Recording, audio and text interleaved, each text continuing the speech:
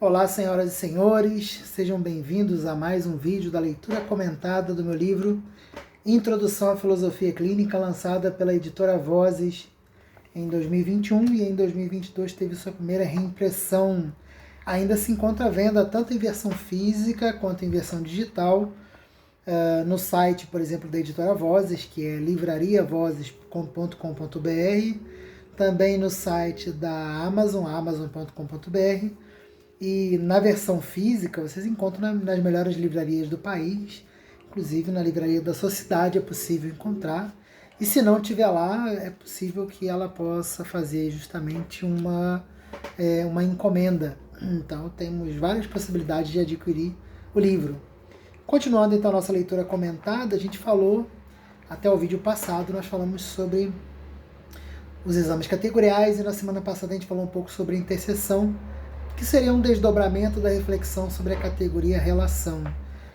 E agora a gente vai dar continuidade falando sobre a estrutura de pensamento. Relembrando aqui, filosofia clínica ela é constituída de um método cujas três bases que a gente não pode abrir mão de modo algum são os exames categoriais, a estrutura de pensamento e são os submodos. Para eu compreender a pessoa que eu estou atendendo, segundo o método da filosofia clínica, eu entendo a realidade dela a partir dos exames categoriais, sobre o qual nós falamos nos últimos 4 ou 5 vídeos. E agora, na verdade foram 5 ou 6 vídeos, né?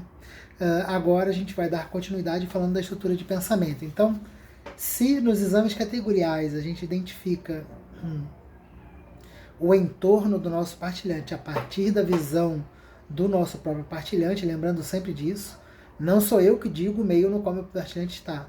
É o meu partilhante que apresenta a influência que tem a circunstância, o lugar, o tempo e a relação sobre sua vida, sobre o seu modo de viver, de que modo as culturas, as questões das relações, o tempo dela e por aí vai, tem peso sobre a sua constituição. E agora, quando a gente fala em estrutura de pensamento, a gente fala de tudo aquilo que constitui a pessoa. É o que a gente vai dizer que é o que a pessoa é ou está sendo. Por que está sendo? Porque a gente considera a possibilidade de uma ampla plasticidade, uma ampla movimentação interna. Não trabalhamos com a ideia de uma estrutura de pensamento estática. A própria interação com o terapeuta já pode exercer alguma alteração na estrutura de pensamento do partilhante e na do próprio terapeuta também, do próprio filósofo clínico. Um outro modo também, uma outra questão a ser apontada antes da gente começar a leitura, é que a estrutura de pensamento ele não é somente uma noção do que o partilhante está pensando, mas do que constitui o pensamento do partilhante, do que constitui suas reflexões, seus pensamentos, suas ideias, suas lembranças, seus valores, seu modo de agir, tudo isso é parte do que a gente chama de estrutura de pensamento. Então, levem isso em conta. A gente pensa na estrutura de pensamento como um todo, e ela seria um todo estrutural, como o próprio nome já indica. E esse todo estrutural ele é constituído, lógico, metaforicamente, né, de partes. Que partes são essas? Bom, a gente tem emoções, valores, verdades subjetivas, lembranças, modos de conhecer as coisas, o modo de ver o mundo e ver a si mesmo, e por aí vai. Tudo isso são ideia de partes que constituem esse todo. Então, se o todo é uma estrutura de pensamento, as partes são os tópicos. Tópicos vem de uma palavra grega que se chama lugar, né? E lugar é metaforicamente o lugar onde estão os conteúdos da estrutura interna do partilhante. Mas a gente vai, né, vem com calma que a gente vai acompanhar um pouco isso ao longo das páginas. Muito bem, então o capítulo de hoje vai começar na página 54 e vai à página 57, e o título é A Montagem da Estrutura de Pensamento. Tem gente que se incomoda muito, porque quando a gente diz que a gente monta uma estrutura de pensamento, a pessoa fica falando, mas fica com uma ideia muito mecânica e tal. Eu acho bobagem, porque a própria nomenclatura que constitui os tópicos ou conteúdo da filosofia clínica, ele é muito próprio da filosofia clínica. Então, se a gente entende a expressão montagem dentro do contexto do que a gente fala da filosofia clínica, ele obtém um sentido muito próprio, ele não usa um sentido externo para se explicar. E montar a estrutura de pensamento nada mais é do que obter as informações e compreender cada uma de suas partes para conseguir compreender o partilhante. A ideia de uma montagem de uma estrutura de pensamento não significa que a gente acrescente conteúdo da estrutura de pensamento que a gente está identificando. Na verdade, montar uma estrutura de pensamento nada mais é do que entender estruturalmente como é que ela se organiza. E de que modo eu posso entender isso? Vamos pensar numa análise gramatical. Se eu digo assim, João viu o carro, ou João comprou o carro. Bom, João é sujeito, comprou é o verbo, o carro é predicado. Também posso falar que é um objeto direto, né? Então o que acontece? Quando eu digo sujeito, verbo, predicado, sujeito, verbo e objeto direto, eu não estou acrescentando nada àquele conteúdo. A frase está lá. Só que na medida em que eu identifico cada uma dessas partes que foram expressas na frase com essa análise gramatical, o que acontece? Eu estou compreendendo melhor a constituição daquela frase. E compreendendo melhor o seu sentido, a organização dela, eu posso modificar essa frase, eu posso mudar a ordem. Por exemplo, eu posso dizer o carro foi visto por João. Olha, então, ou foi comprado por João. Então agora foi a ordem mudou porque agora ficou uma voz passiva na frase. A ideia mudou um pouco, o princípio continuou o mesmo, o conteúdo continuou o mesmo. Alguém fez a compra de um carro, né? O carro foi comprado por alguém. Só que eu mudo essa frase e ainda assim eu consigo identificar quem comprou o carro ou o que foi comprado, né? Então, essa identificação que me ajuda a ter uma clareza melhor sobre o sentido de uma frase é o que, guardado as suas devidas proporções, ocorre quando eu estou identificando, por exemplo, as emoções na frase da filosofia clínica. Se alguém me diz assim, eu estou apaixonado por minha vizinha. Bom, eu tá demonstrando que eu estou fazendo um movimento para mim. Em filosofia clínica a gente vai chamar de inversão.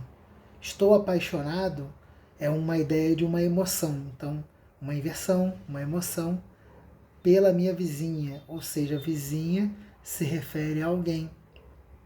E esse alguém tem a categoria relação e tem também uma interseção minha com a vizinha. Inclusive uma interseção positiva, pelo menos da minha parte. Então essas relações, essas identificações, nada acrescentam aquilo que foi dito, mas nos ajudam a compreender com maior clareza, porque as emoções elas podem aparecer em outros momentos, a relação, a pessoa envolvida nessa relação, que é a vizinha, também está ali aparecendo. Então, todos esses elementos eles acabam compondo uma compreensão mais clara. A filosofia clínica é isso. Ela é um caminho de compreensão do outro, ou seja, eu não interpreto o outro, eu compreendo. Isso é importantíssimo levar em conta. Então vamos começar a ler, né? Já foi 8 minutos já de explicação prévia. Aqui é aquela citação que tem logo no início do livro, que é do início de uma clínica filosófica, né? E no trecho está escrito o seguinte: o contexto histórico da pessoa revela os traços determinantes de sua constituição. Então aqui agora é uma explicação disso. Em outras palavras, no decorrer da colheita da historicidade e a realização atenta dos exames categoriais, o filósofo clínico paulatinamente encontra os elementos na estrutura de pensamento que predominam no partilhante, determinantes na compreensão de quem é ou está sendo e como age. Então, mais uma vez, eu estou fazendo os exames categoriais e, ao mesmo tempo, eu estou compreendendo quem a pessoa é ou está sendo, ou seja, a sua estrutura de pensamento. E como ela age, eu já estou identificando os submodos. Tudo isso ocorre de modo concomitante. Não tem essa separação que eu apresento aqui e que em todos os cursos de filosofia clínica são apresentados, eles são uma separação didática para a gente entender os momentos do método. Mas na prática tudo isso é identificado ao mesmo tempo. Outro ponto aqui a ser levado em conta é que esses elementos que predominam no partilhante se referem aos tópicos da estrutura de pensamento, que são determinantes de que modo? Há tópicos, né, dentre os 30 que a gente identifica, que eles podem ter um peso subjetivo maior. Não o tópico em si, mas o conteúdo que constitui aquele tópico. Então, se, por exemplo, eu trago a ideia da emoção ali no exemplo que eu trouxe, essa emoção, se ela não tem peso subjetivo, ela pode não implicar em uma aproximação minha com a vizinha, né, do exemplo. Mas, se tem um peso subjetivo, aí eu preciso levar em conta que isso pode levar a pessoa, né, que declara esse tipo de situação, essa paixão, a, de fato, concretizar isso numa tentativa de uma aproximação. Mas a gente vai esclarecer ao longo das leituras, né? Então, o que é uma estrutura de pensamento? As pesquisas de Lúcio Pachter, feitas a partir do diálogo da historicidade dos partilhantes com a leitura dos filósofos, o levou a perceber que há termos que remetem para dezenas de elementos constituintes da pessoa.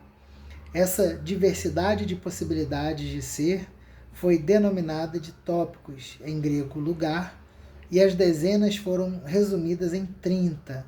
Trata-se de aspectos formais que serão preenchidos pelo conteúdo apresentado no relato dos partilhantes.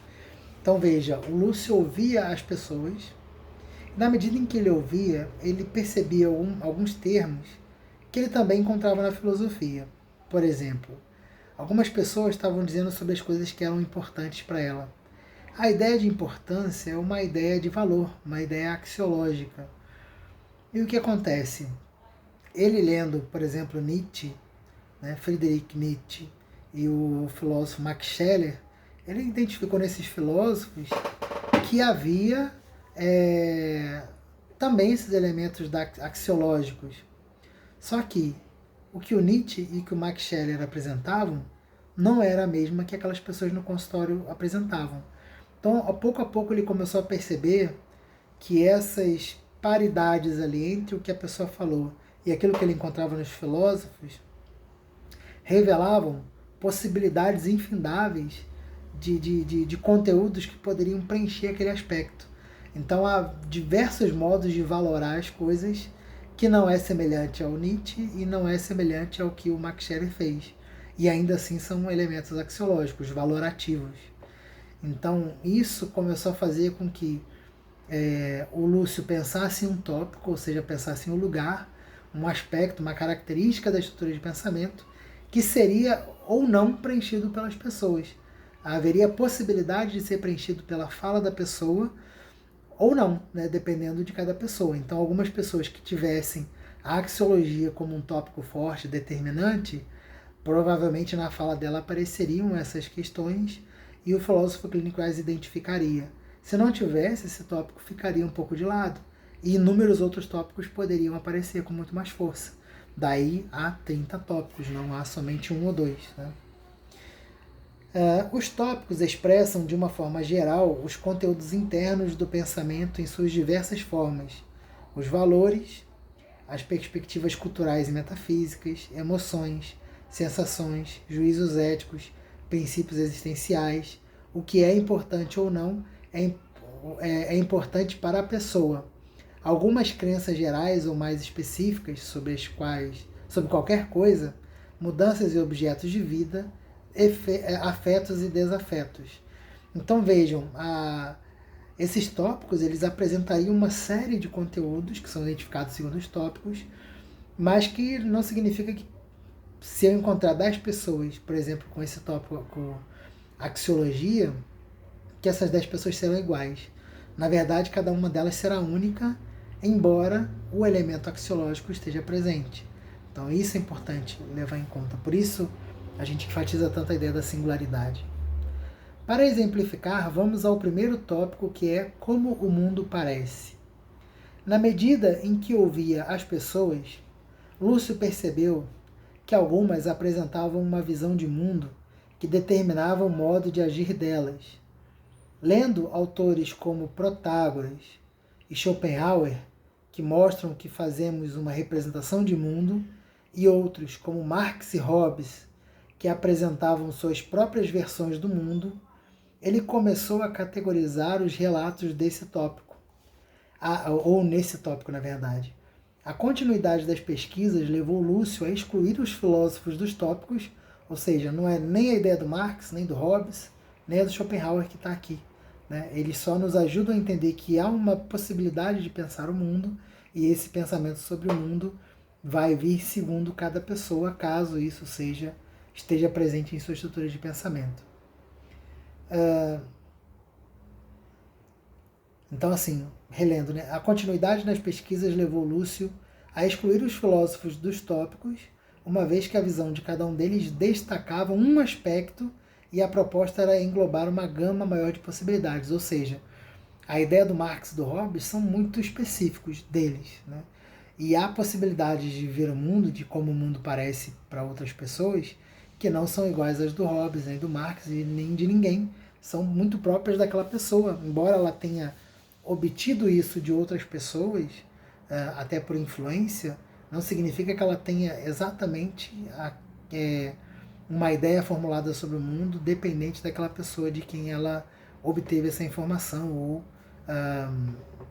ou foi influenciada na hora de elaborar sua percepção. Continuando. Com isso, Pachter percebeu que, para alguns partilhantes, o modo como vem o mundo determina seus modos de ser e viver. Um exemplo para vocês terem uma ideia, a gente ainda vai entrar nesse tópico, mas só para vocês terem uma noção. Eu tive uma pessoa que eu atendi que disse assim, olha, eu comia carne. Só que depois de eu perceber que no mundo os animais eles são muito explorados e a criação de animais também gera uma série de problemas para a organização da natureza, isso é uma série de efeitos prejudiciais na natureza. Diante disso tudo, disso e de muitas outras coisas que eu pesquisei a respeito de como é que são essas coisas, eu decidi parar de comer carne. Ou seja, para essa pessoa, o modo como ela vê o mundo, nesse recorte voltado para a questão dos animais, fez com que a pessoa revesse seu modo de lidar com a alimentação, baseada nos animais. Né? Então isso é um exemplo de como o mundo exerce uma influência subjetiva. O modo como essa pessoa viu a criação dos animais no mundo modificou o modo dessa pessoa se alimentar em casa, em sua família. Continuando, então, quando uma pessoa diz que o Rio de Janeiro anda violento ultimamente, que seu bairro é um local de fofoqueiros, que a sociedade é injusta com aqueles que perseguem seus sonhos, etc., está relatando sua visão de mundo. Que aqui é outro exemplo, né? Isso pode impedir uma ação, pode levar a pessoa a decisões equivocadas, deixar alguém constrangido, manter um desânimo, conduzir ao medo, enfim, as possibilidades são incontáveis.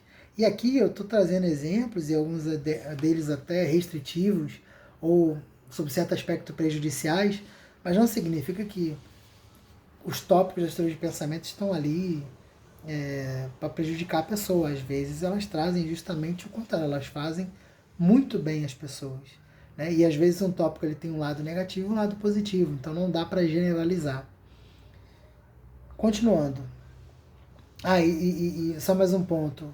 E leve em conta que uma mesma perspectiva do Rio de Janeiro, feita por duas pessoas, não significa que para as duas vai ser ruim, ou que para as duas a gente tem que convencê-las que estão equivocadas.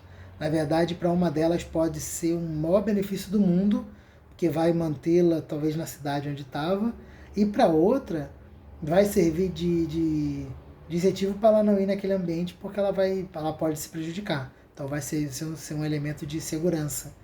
Para uma terceira pessoa, pode ser o motivo necessário para essa pessoa se candidatar, por exemplo, à política na cidade do Rio, para tentar justamente modificar positivamente o que está ocorrendo nela.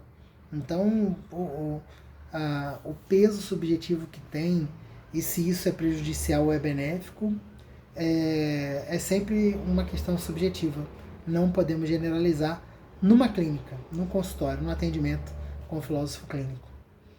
Os 30 tópicos são, portanto, balizas para orientar o terapeuta no processo de compreensão dos partilhantes.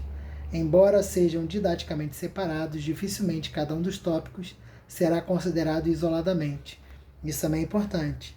Os tópicos, a gente tem 30 tópicos, alguns deles já são tópicos de visão de conjunto, outros tópicos são isolados, mas essa percepção dos tópicos não significa que eles são isolados. Às vezes, eles estão em diálogo íntimo com outros tópicos e assim são as coisas, né?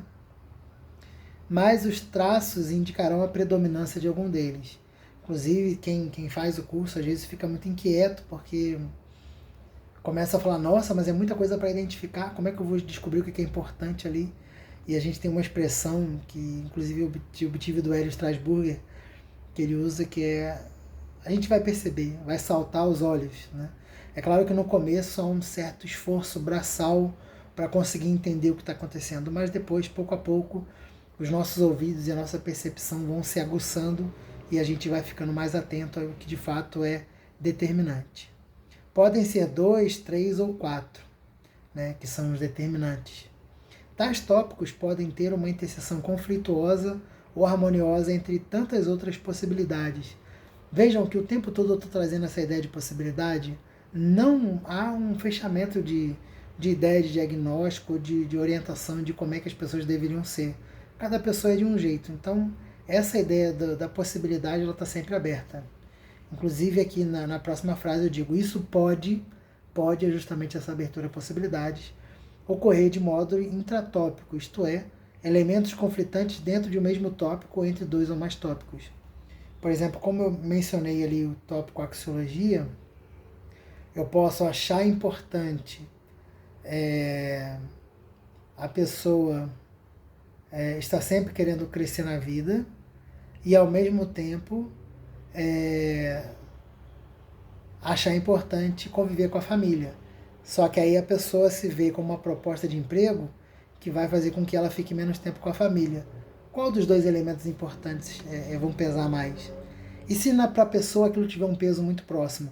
Crescer na vida e dar atenção à família.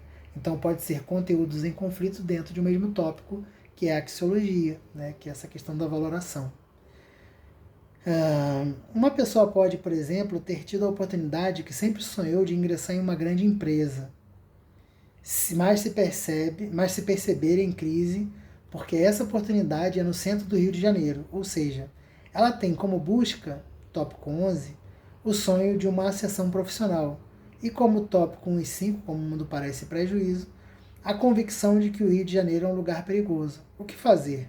Convencê-lo de que a cidade não é tão perigosa quanto parece? Fazê-lo perceber que seu sonho não é tão importante? Pedir que vá com medo? E ali eu continuo. O filósofo clínico só fará alguma intervenção depois que conhecer minuciosamente o que está implicado na estrutura do seu partilhante. Caso contrário, pode fazer um estrago que não terá condições de resolver depois. Portanto, o cuidado, a atenção, a escuta e a ética são fundamentais no processo da filosofia clínica. Talvez alguém possa ficar incomodado e dizer assim, mas quem vai ter paciência para que um filósofo clínico ouça a pessoa tempo suficiente para auxiliá-la, né? É claro que vai ter gente impaciente, mas é interessante que tenha paciência, porque quanto mais o filósofo clínico conhecer a pessoa, melhor será o seu trabalho. Mas é claro que há situações, há momentos, há casos e casos em que a situação emergencial no primeiro momento é tão forte que seja necessário fazer algumas intervenções no primeiro momento, que é o que chamamos de procedimentos emergenciais. Mas esses são casos que a gente vai ficar preparado na medida em que a gente também conseguir se exercitar mais na atividade de consultório. Né? Isso vai nos deixar mais aguçados e mais preparados para saber na hora de agir em momentos assim. Por fim, é importante ressaltar que a estrutura de pensamento não diz necessariamente quem o partilhante é, mas quem ele está sendo em determinado período de sua existência. Quando dizemos que compreendemos quem a pessoa é ao identificar sua estrutura de pensamento, não afirmamos uma identificação rígida, consideramos a plasticidade, é o que já comentei, né? Isto é, a possibilidade de modificação dos tópicos e suas relações ao longo da vida do indivíduo. Enfim, é isso. No capítulo seguinte, eu apresento ali os tópicos e os autores que foram mencionados em algum momento ali como possíveis influenciadores. Confesso que alguns deles ali que foram indicados pelo Lúcio, por alguns outros filósofos clínicos, mas que é até difícil encontrar, né, no próprio caso ali da elaboração daquele tópico. Mas eu busquei trazer todos aqui que não só o Lúcio, mas alguns colegas indicaram e que me parece que estão ali presentes, né? Então é isso. Na próxima a gente vai pular essa apresentação dos tópicos e vamos iniciar então na página 59, que é onde nós falaremos sobre o primeiro tópico da estrutura de pensamento, que é como o mundo parece. Não se esqueçam agora de deixar a curtida de vocês se vocês gostaram. Se não gostaram também pode descurtir, né? Pode negativar aí na curtida. Deixe seu comentário, deixe a opinião de vocês. A interação de vocês com esse vídeo é fundamental. É um modo de eu saber se vocês estão gostando do meu trabalho aqui e também de o YouTube, o algoritmo do YouTube, identificar que esse vídeo é razoavelmente útil e mais pessoas podem acessar. E é isso. Vejo vocês no próximo vídeo e até mais.